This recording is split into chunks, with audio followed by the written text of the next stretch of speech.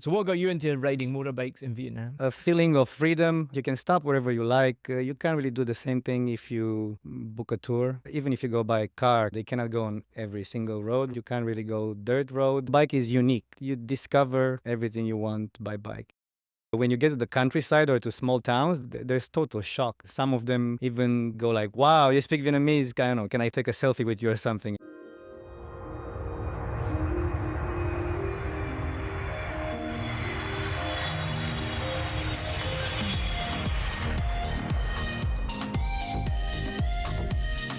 This is the Vietnam is Awesome podcast, and I'm your host, Niall Mackay. Thank you for tuning in to another episode. I've been living in Vietnam now for 8 years. I just had my anniversary this week. I came initially for a holiday, absolutely fell in love with the place, and then decided to stay. I started my own podcast in 2019 called the Vietnam Podcast, and I'm now also the host of the Vietnam is Awesome podcast.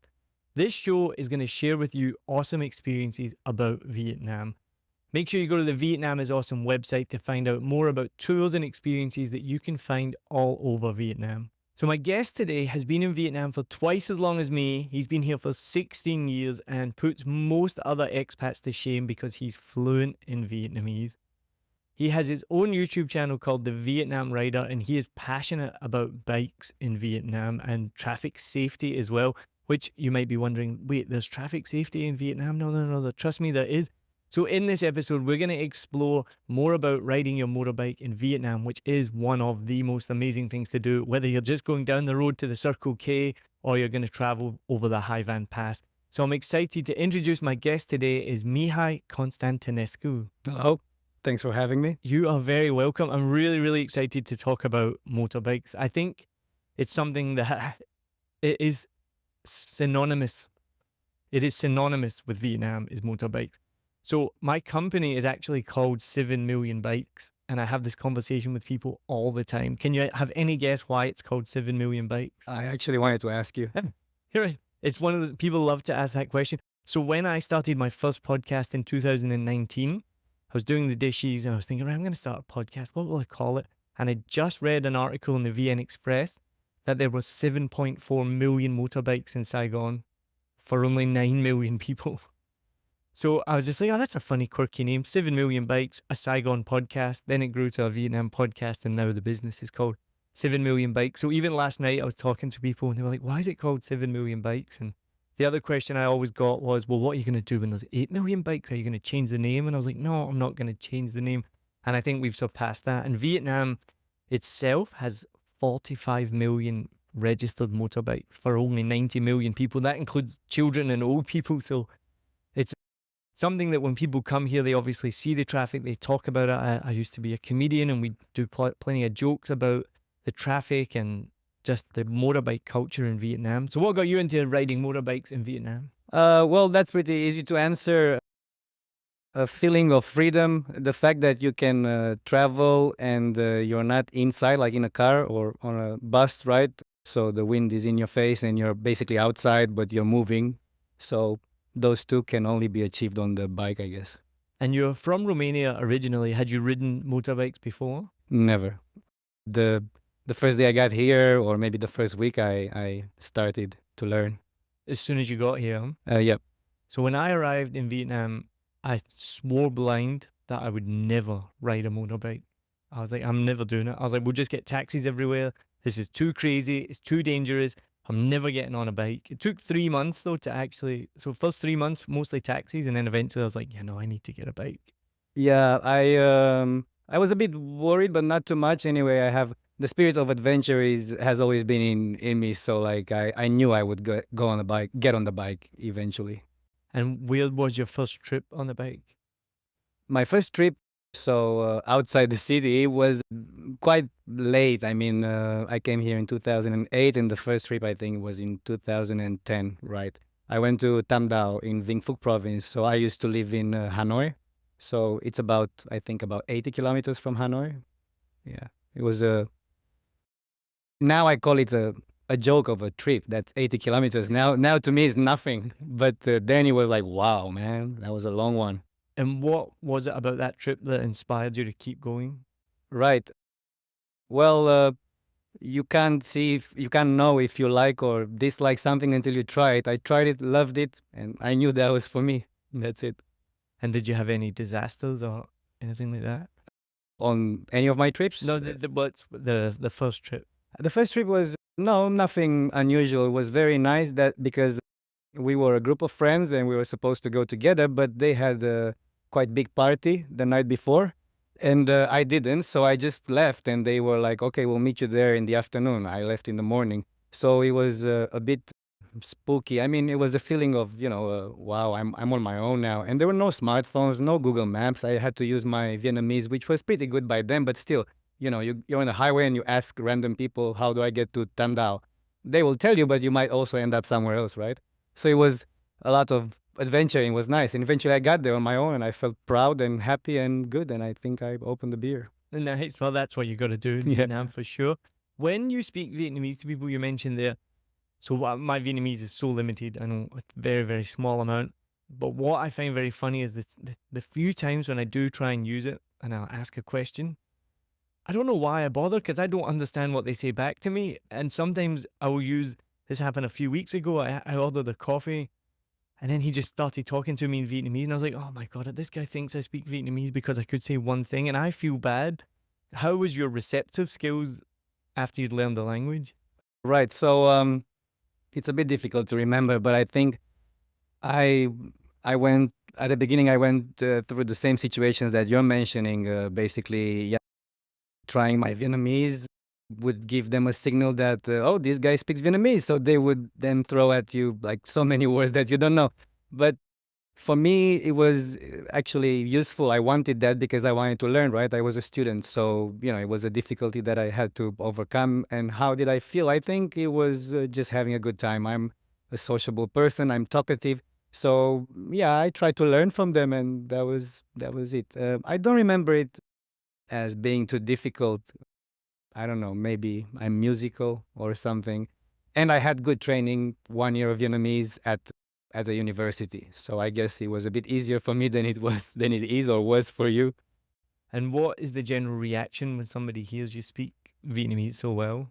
Oh, shock always. Yeah.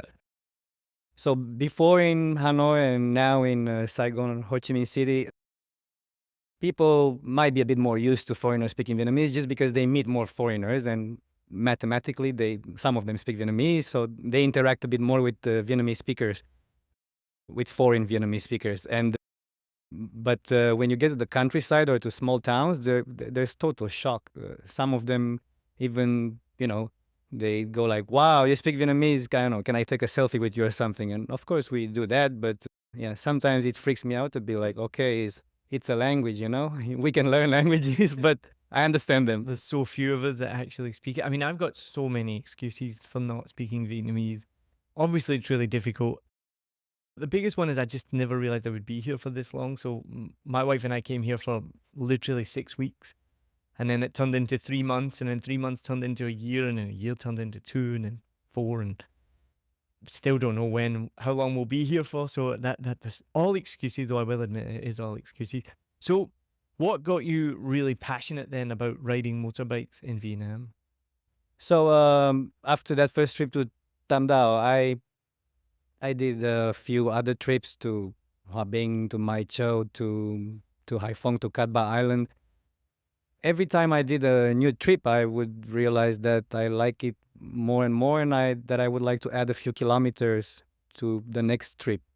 Like I wouldn't get tired or fed up with it, tired physically and mentally either. So yeah, I like the feeling that of freedom, that you can stop wherever you like. You can't really do the same thing if you book a tour. Even if you go by car, cars cannot go in Vietnam. They cannot go on every single road, right? You can't really go dirt road, or it depends. So yeah, there's I think the bike is unique, right? You discover everything you want by bike. It's easier. I mean, even I'd mostly just do city driving, but I just much prefer the bike as well. Like, the wind in your hair, not that I have much hair, but just that having that feeling of being outside, right? And I mean, I love just being on the bike in the city, being able to nip between cars and get right to the front of the lights every time. I've driven outside the city a couple of times, and I do like it as well. It is something that Vietnam is very famous for. There are people that come here specifically to do bike trips. I guess the biggest one is going from Ho Chi Minh to Hanoi, or vice versa. Have you done that trip before? Only 3 times. Only 3 times. So how long? So is it 1,500 kilometers? 1,900? It's 1900 on the inland road, the Ho Chi Minh Road, and it's I think about 16, between 16 and 1700 on National Highway 1A, which I do not recommend, with a few exceptions, because of it's less scenic, is way more dangerous, and so on. So I would say if you're doing zigzag, it's about 2,000 kilometers, because I would do zigzag because I want to see the coast and then I want to see mountains. So yeah, about 2,000, but you can do it in less kilometers, But fewer why would you kilometers. want to? Yeah, I mean, imagine coming all the way to Vietnam and then just driving on the highway all the way. Yeah, I think many people, and I want to, yeah, to share a few more videos about that. I think many foreigners still take like people, maybe expats would take the Ho Chi Minh Highway, but I think many tourists would take the dangerous one and the less scenic one. So I think it's a bit of a shame, right? So talk me through then a tourist coming to Vietnam, or not even a tourist, somebody who already lives here. They want to drive by bike from, let's just say, Ho Chi Minh to Hanoi. Talk us through that trip. Where should you go? What should you see? What should you be aware of? And we talked about maybe having some disasters. What should they prepare for disaster? How should they prepare for that? Okay, so there are many things to talk about here. First, the route first, right? I would definitely do a zigzag, so I wouldn't just stay on the Ho Chi Minh Highway. I wouldn't just stay on the National Highway 1A. Again, the inland road called the Ho Chi Minh Highway goes closer to the border with Cambodia and Laos, and is very scenic. It's like the Vietnamese countryside. You go through the Central Highlands, and then in the north you go through the provinces with Phong Nha, Quang Binh, right, and others. It's very, very scenic. But so if you just want mountains, just stay on that road. It's safer, it's nicer. You see simple people, simple houses, not much infrastructure, right? And the other one, I definitely do not recommend to just stay on it, the Highway 1A, which is a bit closer. It's way closer to the coast.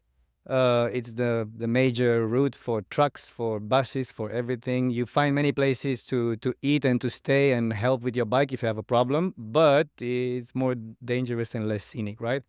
Why I'm saying a zigzag? Because if I want to do, for example, for this stretch of 200 or 300 kilometers that I normally do a day, if I just want to get somewhere, I would stay on the Ho Chi Minh Highway and enjoy it. But if I want to go to a place on the coast, of course, I would just shoot out to the coast and take Highway 1A. For example, I think it's a must. I don't think it is a must to do the Hai Van Pass. I bet you know it. And that's the old Highway 1A. So you don't want to be on the Ho Chi Minh Highway when you go around that area. You want to be by the coast and so on. I would take 70% of the road, route from Hanoi to Saigon, or the other way around, on the Ho Chi Minh Highway, and 30% on Highway 1A. Now, preparations. I don't know, choose your time wisely. Raining is a thing in Vietnam, right? Tropical. Well, even you talked about the Hai Van Pass, which I saw your video on that just this morning, and it is one of the most amazing routes in Vietnam. I had friends do that before a few years ago, and when they were going up the hill, beautiful weather, shorts and t-shirt, they didn't prepare for the change in weather at all because they were just doing a day trip from Da Nang, I think. They weren't doing like a whole route. And by the time they got to the top or on their way back down, I can't remember exactly, but pouring with rain, freezing cold, sideways wind, and they're both just in like little shorts and t-shirt on like a little rented bike. So even if you're going for like a short trip, you need to prepare, right? Right. Yeah. And the Hai Van Pass is known, like I explained in my video, it's like right on the let's say the imaginary climate border between north and south, right? So probably your friends went from south to north, and from Da Nang until to the peak of the pass was fine, and then you get to the other climate, and you're going towards Hue, towards the north, and can be very different. Yeah, always be ready. I mean, you're in a tropical country, you need gear for rain, and that's it. And I don't think it's a lot. It doesn't take much space, and it's like about a kilo or maximum 2 kilos if you're fully equipped for rain. yeah, be ready for that. Maybe get some spare parts. If you take the Ho Chi Minh Highway, you won't meet so many people to help you with the bike. So maybe get some spare parts, especially if you don't have a very common model of bike, like which I do. So I take a clutch wire with me because it might snap. I take I don't know, a spark plug or That's funny you mentioned that because AJ Miller, who you're probably not watching, but she has an amazing story where her clutch wire snapped. Oh no, it was her accelerator wire snapped and they couldn't get it fixed and she had to drive all the way back, I think, from Cambodia with the accelerator wire attached to like a twig basically. And instead of using the accelerator, she had to like pull the accelerator with like a twig basically, like really be creative on how to solve that problem. yeah. But that's, I mean, it's nasty, right? Nobody wants that. It's gonna be a fun memory later, a funny memory, but not then. Yeah. So yeah, get ready for that. And then if you're going around Tet, most of my long trips have been around Tet, but now I'm gonna change to the summer because of what I'm gonna say. And well, the weather is more unstable then, at least in the north. And yeah, in the north it's unstable. In here in the south it's fine, it's dry. But anyway, if you're going around Tet, you might not find gas, you might not find food or help. So you need to be careful if you're going solo and you're a tourist here or even an expat. But if you don't speak any Vietnamese, it might be difficult. So if you're from overseas and you've never been to Vietnam before and you might be wondering what is Tet, so explain just very briefly what is Tet if somebody doesn't know and why is that dangerous, not a dangerous, but why is that an awkward time to travel? Right. Sorry, I've lived in Vietnam for too long. I just say Tet and that's it. So the Lunar New Year, the Vietnamese New Year based on the lunar calendar, is their real New Year. It's the solar New Year or the international one is not so important here, right? So, but it's also a good time to travel because Vietnamese people are usually partying together and they don't commute so much except the first few days before it, and you have like a week or 10 days off, so it's easy, it's convenient because you don't have to work then, and the roads are emptier. But why is that a problem? You're mentioning like getting gas or parts or anything like that. Right. So for me, living here and I call Vietnam home and speaking the language, I don't think it's an issue. So the roads are emptier, which is nice because it's all yours. And the other problem with finding gas or fixing, I never worry anymore. It just eventually I will find some random person who'll help me because he knows a mechanic 3 kilometers away in the other village. It's fine. But I hear so many stories of this. People will go out of their way to help you 3 kilometers down the road. But the point I'm trying to make there is so during Tet, everything closes because it's a major holiday. So the roads are empty, but all the shops, the gas stations might be closed. So if you are coming to Vietnam during that time, Tet, make sure you look it up because it changes every year as well, because it is literally based on the lunar calendar.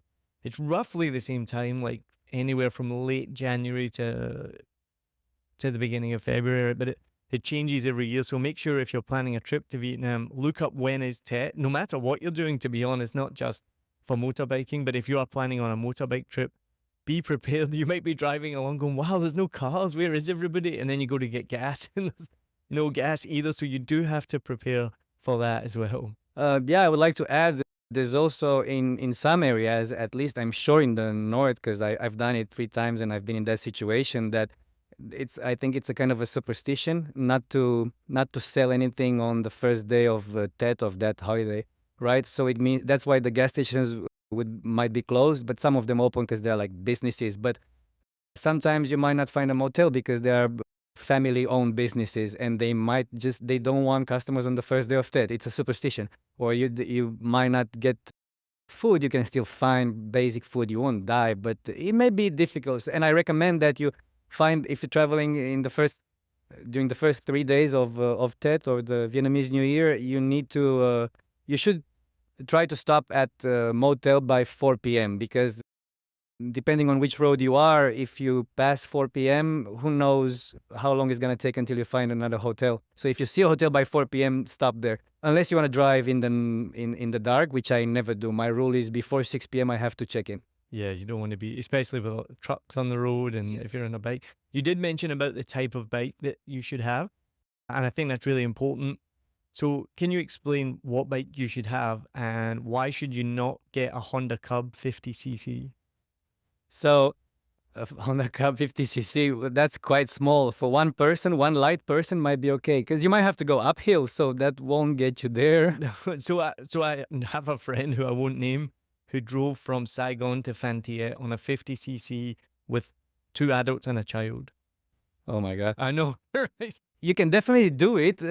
Also, from here to Phan Thiet, it's from Ho Chi Minh City to Phan Thiet, it's kind of flat, so that's okay. But yeah, I mean, the bike will go, and then inertia will still take you. But it's also hard to stop, to be honest. Mass, right? Basic physics. The heavier the bike, the harder it will be to stop. So I don't know. I wouldn't do it. So the reason I'm bringing that up, you don't need a license if you have a bike that's 50cc or under. So a Honda Cub, it's a really nice bike. Like my wife used to have one. You get some of them that have been done up, and it's a really cool little bike, and it's great for getting about the city.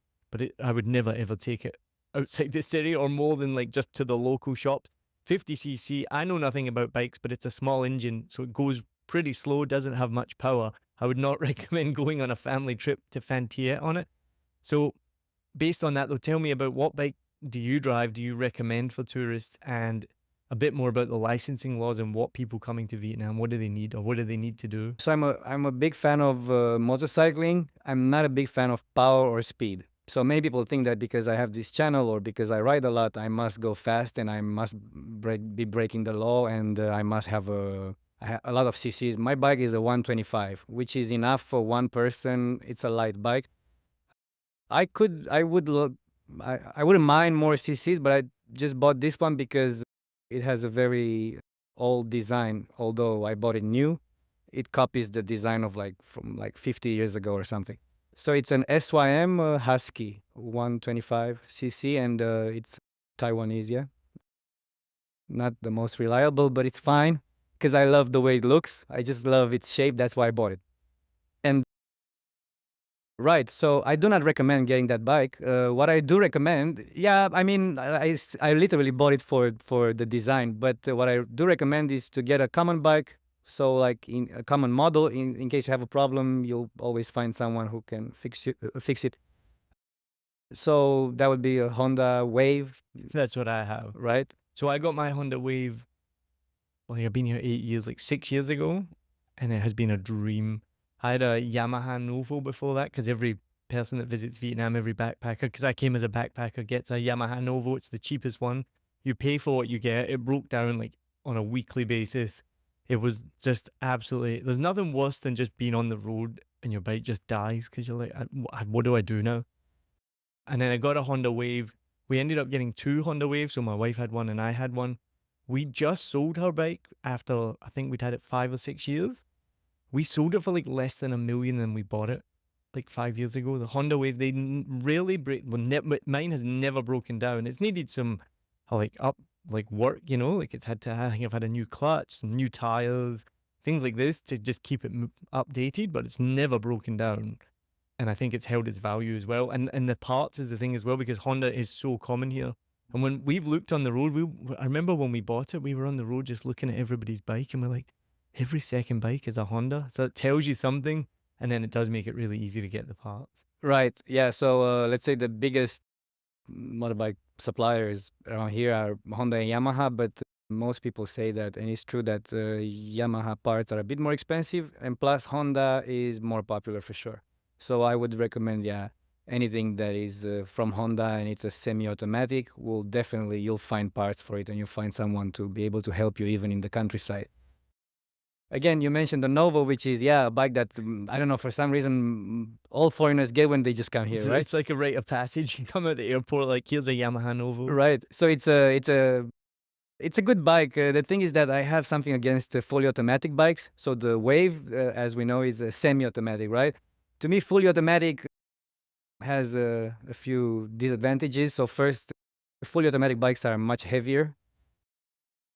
Then you do not really have the engine brake, or you cannot control the engine brake, shifting gear down, and that can be marvelous. It saved my skin a few times. So if in an emergency, for people who don't know, maybe if you use the engine brake, that can never fail. So even if both your brakes, front wheel and back wheel fail, the engine brake will never fail. And I love that on a semi-automatic. And then again, yeah, if you have a high speed and you really want to stop, if you just slam the brakes, you're probably gonna lose control and fall. Let's say if you're over 50. With the engine brake, that doesn't really happen. You might make a funny sound, but you might go straight still. Yeah, so I'm kind of against fully automatics, especially if you're going for bike on a road trip. The wheels are smaller usually on a fully automatic, which also affects balance, I think, and like how stable you are, right? Yeah, I think Wave is the way or something similar, but from Honda, right? No, I absolutely love the Honda Wave, but we have just changed to a new bike, and I want to hear your opinion on this. We got an electric bike. Never tried one, but You haven't tried one? how is it actually? That's I want to ask you, amazing. can we change roles now? Yeah, sure, we'll change. So we just got the DAT bike, which is a Vietnamese made brand. I know it, yeah. You know that one? So not the VinFast electric bikes, and we absolutely love it. Yeah, because they brought out a brand called totally forgotten the name of it now, but it's based on the Triumph bike. So it looks like a Triumph. It's like a kind of road bike, and it just looks really cool, but it's electric. I did a test drive of it. It goes really fast, up to 90 kilometers an hour. I mean, I stuck to the speed limit. Yeah, for sure. And it's just really nice. And so I'd been wanting it for a while, but we were more going to buy it for my wife because she has to travel every day for work. I work from home. And as we were about to buy, I was like, right, we're going to buy it. And now we look back and laugh because it would have been so impractical for her, like traveling to work and back. It's not a practical bike at all. There's like no storage space on it. And just as we were about to buy it, because I wanted it, even though I would barely use it, they released a new model called the Quantum. And the Quantum was more of a like everyday bike. So it's 40 liters capacity storage because it's no engine, or not no engine, no gas, no fuel. Can go up to 90 kilometers again, got really fast. And so we went and did a couple of test drives and we got that. And I think she loves it. She uses it every day. I use it anytime I get a chance. It's a little bit noisier than we'd have liked because you think of an electric bike being like silent and there's a kind of like a whirring noise. So, and then someone else had the other model, which I'm still forgetting the name of, but they said that this model is a little bit noisier. But we've taken it a little bit out the city, not too far. It was all roads, but it's powerful enough to do a decent trip on. You can get up to 180 kilometers on the battery. That sounds nice.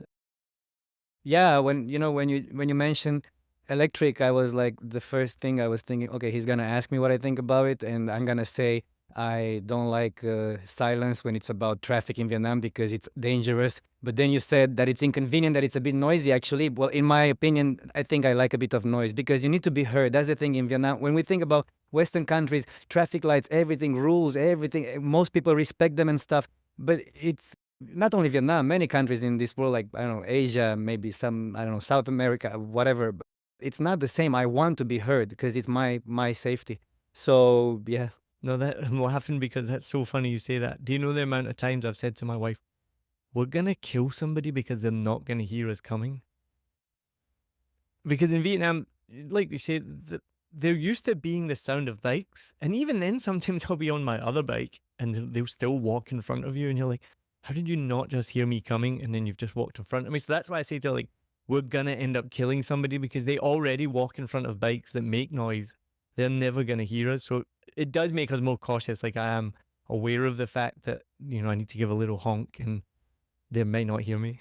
Right. Yeah. And the other, just because we're on this topic now, like the other thing I don't like, some people get like they change the exhaust to make a lot of noise. No, that's annoying. I think that's not civilized and that's rude. The bike is not even that big. They just change the exhaust to make noise. Now, that's, of course, it's super safe for you because everybody can hear you, but it's also very annoying for the rest of the population. So I don't like that either. I don't like total silence, like the electric ones, like the, I know, VinFast or others. They make no noise, yeah? I think, yeah, somewhere in between. A little bit of noise, like mine. Mine was super silent when I bought it, so I adjusted the exhaust, but I didn't change it. And it makes some noise that I'm there, but it doesn't annoy any neighbor in the morning when I start the bike or I ride out of my alley, right? Well, I think that brings us on nicely to traffic safety then. So tell us about traffic safety in Vietnam because people are kind of shocked that there is traffic safety here, I guess. Right. I believe, like, people have asked me, like, how do you feel when you get in traffic in Vietnam? And to be honest, without showing off, I feel totally fine. I'm used to it.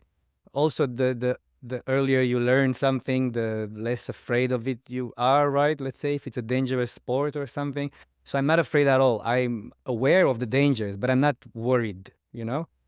However, if you're coming to Vietnam and you're, let's say, not new to bikes, but it doesn't really matter, what you learned about bikes back home is different. It does, you know what I mean? So, like, if you are new to Vietnam, take it easy. Yeah, sometimes people are overconfident. For example, they come to Vietnam and then they just do Hazang when maybe they have never ridden a bike in their lives. Hazang is the most mountainous province of Vietnam, next to the border with China, and is very beautiful. Is maybe the most beautiful province if we talk about mountains in Vietnam. Right. And I've done it a few times, and the last time I was there around TED 2020, me and my friends who all have experience, nothing happened to us, but like we saw at least 3 foreigners with bruises in a matter of 2 hours. Because, yeah, sorry, I mean, you shouldn't go to Hazang. I just did Tam Dao 3 years after moving to Vietnam, and then later I started, soft, increase softly. Don't just go to the most dangerous one because it's beautiful. People also die there. So, okay, that's natural dangers. I mean, the roads there are pretty steep and stuff, right? But then, yeah, you have to be careful with trucks and buses because you can end up under them, and that's usually most of the time death. Simple. I'll just pull it straight. You can be in some crashes. I have been in easy one, usually just on my own. I fell. But I mean, falling off your bike is not that dangerous if you have a helmet, and the speed is normally, I don't know, 50 or 40 in the city, and you're not gonna die. I mean, it's a bit difficult to die if it's just two bikes, if you have a helmet, but with the trucks and buses, it's a different story because especially with trucks, because they have that big opening between the front wheels and the back wheels, someone can knock you out and like knock you off, and you can fall and end up under those wheels. And yeah, and plus, well, that's about what you should do. Just stay away from them, keep distance. Yeah, don't get close to them. I never get close to a bus or a truck. I slow down if I have to. I don't care. You don't need to get there fast. In my opinion, when I ride my bike, I just, they use that a lot, maybe too much sometimes. It's like a cliche, the ride is the destination, but that's true. When I ride, I just want to ride. I don't really care if I don't really have a destination for that day. I'll get wherever I get on my way to the final destination. So, yeah, do that. Don't think about time too much, and stay away from buses and truck, and I wanted to say, and yeah, take smaller roads that are not so crowded. And if you do come to the city, you mentioned it a couple of times there, wear a helmet. It is the biggest thing, and wear a proper helmet because sometimes they will give you one. So I'm like so staunch on helmets. So if I get on a grab bike or I get the green bikes quite often as well because they're electric, I will not. I've cancelled a trip before because the helmet was unsafe, and you can actually put it in as a report. And one of the drop down boxes is the helmet is unsafe.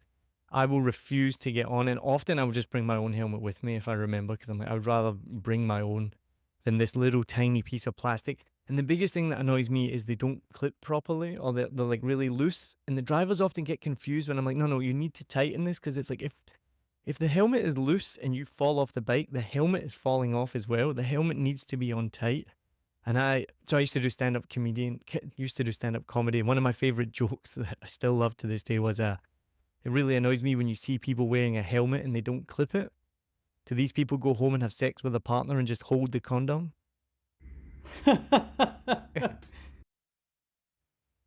Right? It makes no sense. And you see people often with the helmet on and they've not clipped it. And it's like, this is pointless. I have to say, that's a very good analogy, to be honest. That's the best analogy. And I just remember my first day in Vietnam.